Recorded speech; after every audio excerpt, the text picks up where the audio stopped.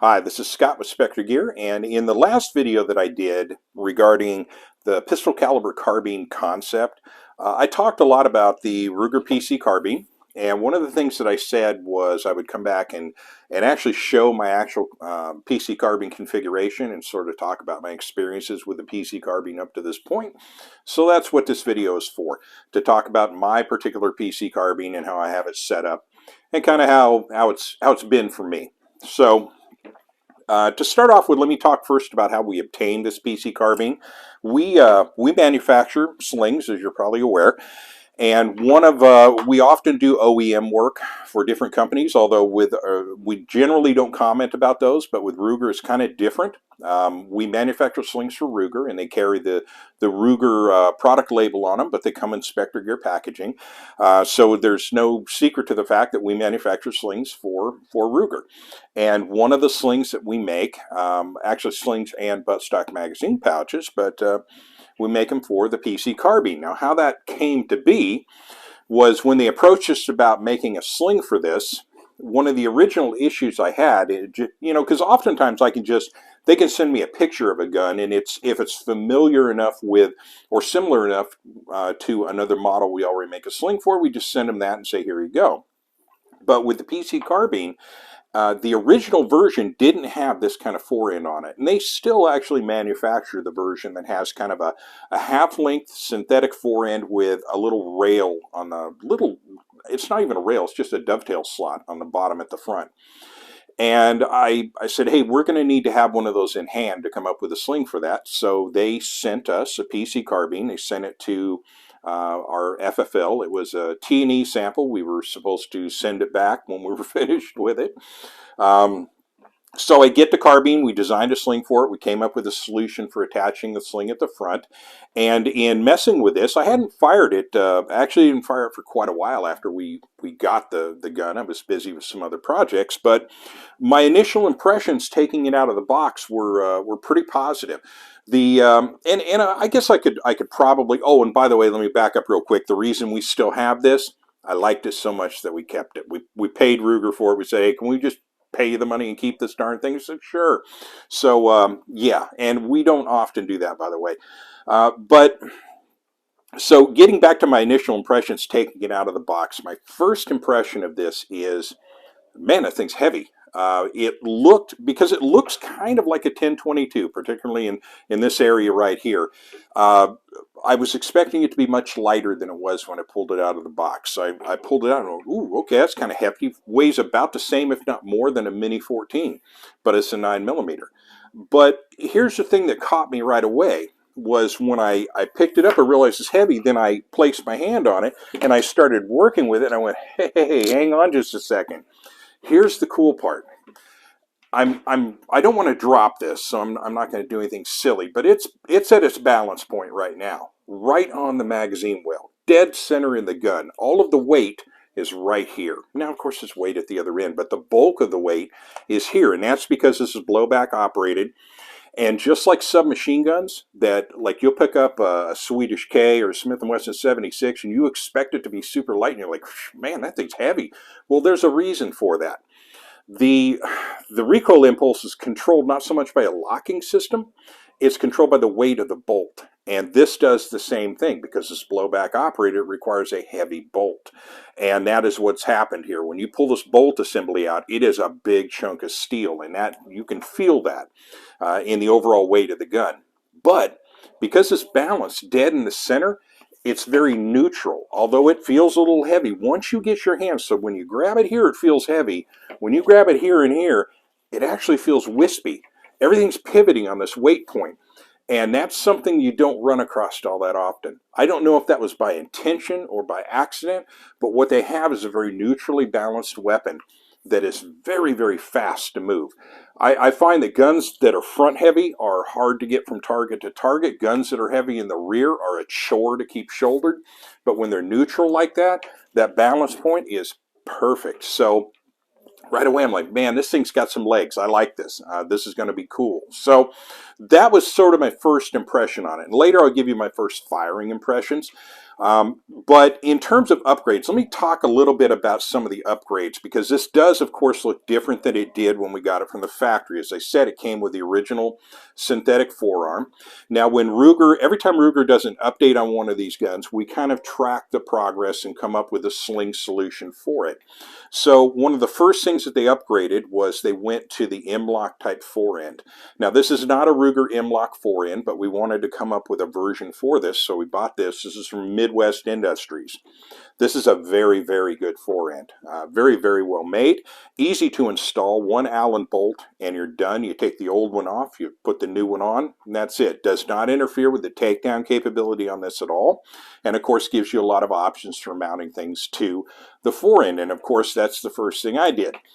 So the first thing we did, this is a GG&G QD sling mount. That mounted to the left side of the gun. I have it on the second slot back. And then, of course, on the other side, I have a little small rail package for mounting a light. And that's pretty much all I need. I don't need anything more than that. So the light I'm using is one that I use a lot. I have several of these. I might replace this with something else. I know there's more modern variants of this, but the Streamlight TLR has always worked pretty good for me. This is the LED version. I want to say it's probably 10 or 15 years old. But it works just fine. And like I said, I got a box of them, so I tend to throw these on a lot of different guns. How it's set up, I have it all the way to the rear of the rail package.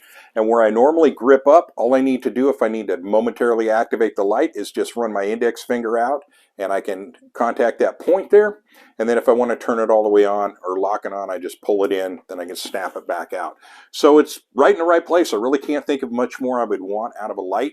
It's mounted in the right position where I want. I don't like lights mounted on the bottom, because when you're pieing corners, especially if you're a right-handed shooter pieing a left corner, as you bank the weapon out, the light is actually behind the actual corner, the crest of the corner, so all you're doing is illuminating the wall in front of you and not the area out.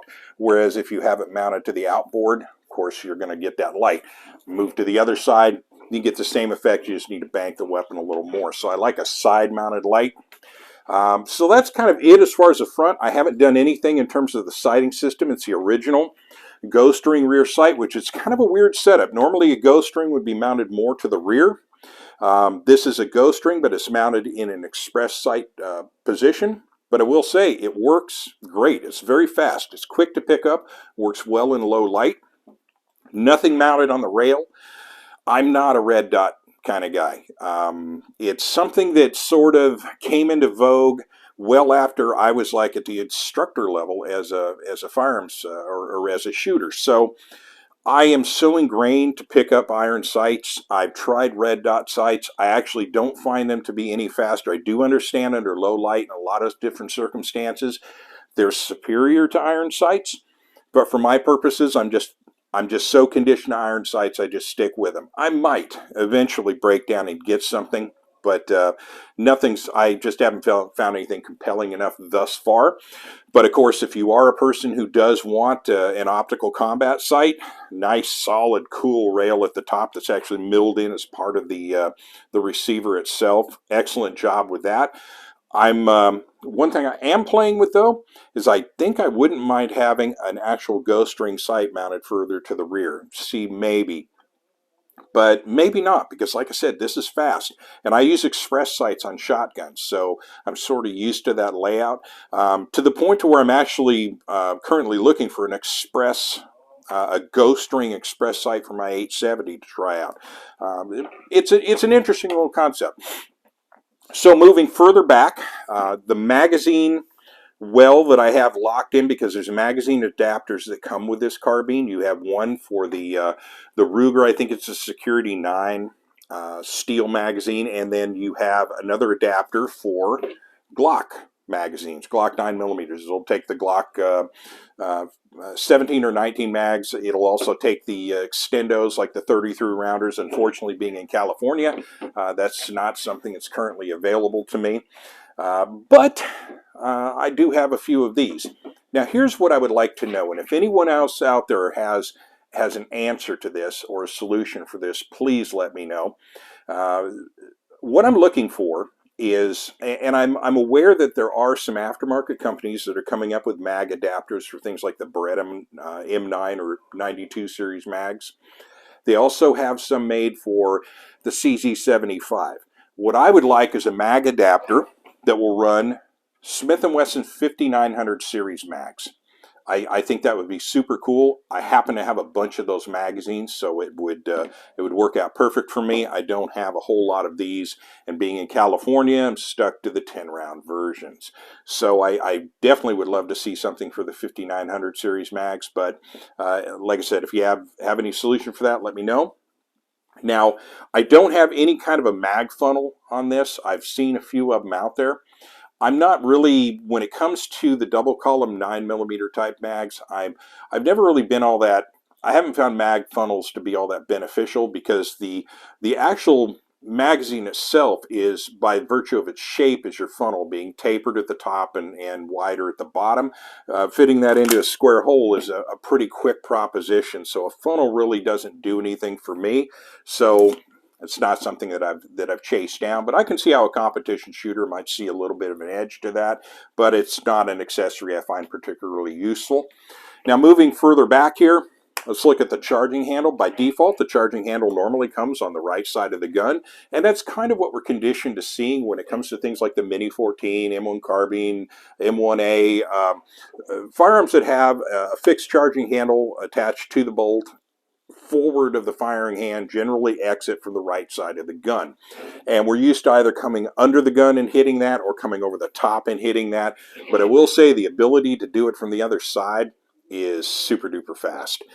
When it comes to the actual reload itself, once you get that mag seated, just being able to come back and just slap that with your hand and then run your non-firing hand back forward again is nice and fast. I haven't run into any problems with this thing cycling and hitting me in the nose. I have heard some people say, well, if you put your face here, it'll beat you. No, it's not going to get anywhere near your face. But it does reciprocate with the bolt, so do keep that in mind.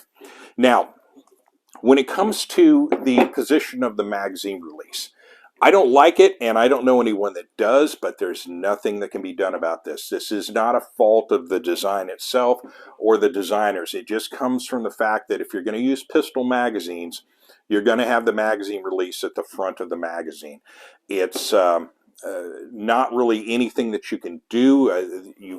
I guess you could put well, no, actually not, because in some cases the mag release isn't ambidextrous, although this is. It's still too far forward to really hit effectively with your firing hand index finger, or trigger finger. Isn't that a shorter way of saying it? So I've left it on the off side because it's actually a little easier just to come up and hit this with my thumb, sweep the magazine out if it gets stuck, then go for the reload. But I will say, if there was some other way to make this one-handed, I'm sure somebody out there probably has some kind of cantilever mechanism that they've hooked up, or something they've come up with, but nothing that I've spotted so far. But it's actually not that terribly slow. It's not any slower than a reload on something like a Mini 14, for instance, where you have to hit the paddle at the rear. So it's a minor nitpick. I'm not that bothered by it. So moving a little further back, the safety is a traditional crossbolt type safety. You should be very familiar with it. If you've ever handled a 1022 or a shotgun, you've handled one of these safeties. Safety is on when it's all the way to the right, off when it's all the way to the left. Bolt hold open is definitely very 1022 like.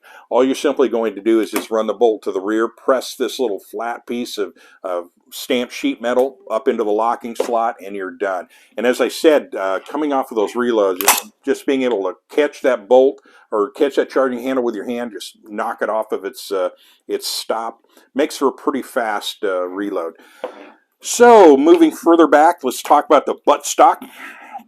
The buttstock itself, I don't run. It comes with some spacers. I don't run any spacers. This thing is as short as it's going to be. And as it currently sits, and if you've seen any of my shotgun videos, you know I like a nice short length of pull. This thing is perfect. With all the spacers removed, it's the perfect length of pull for me, and I'm a pretty big guy. It throws to the shoulder nicely, and like I said, it's a fast-handling carbine. I've seen some upgraded stocks. Magpul has kind of a backpacker stock that they have out, which has a big notch here, and it takes advantage of the takedown aspect of this. but it doesn't allow you to use something like this M-LOK forend. You have to use that little short abbreviated forend that they have. So I'm not too high on that particular concept, to be honest with you. Although I wouldn't mind them seeing them come out with something that has the same shape as either their SGA stock for the shotguns or the X22 stock for the 1022. That would be kind of interesting. So long as it still had the full shape of the stock and it had the integrated sling loops or sling slots on either side. Now, in terms of other accessories, obviously you can see I've got some Specter Gear kit on here. The sling that I run on this is the Specter Gear Raptor sling. It's an 1¼ inch wide 2-point sling. We have another version of this. It's almost identical, except at the rear it's 1.5 inches wide. That's a Raider sling. Either one is fine with me. I tend to lean more towards, for smaller guns like this, I tend to lean more towards the 1¼ inch Raptor, but the Raider would be just as appropriate for this. And of course, at the rear, we have our Buttstock magazine pouch, which holds 2 of the, all the way up to the Glock magazines, and this will hold all the way up to your Glock 17 mags. It will not hold your 33 rounders, and really we're never going to come out with anything for the 33 rounder on the Buttstock because the damn magazine comes all the way up to here. So you wouldn't be able to achieve a firing grip.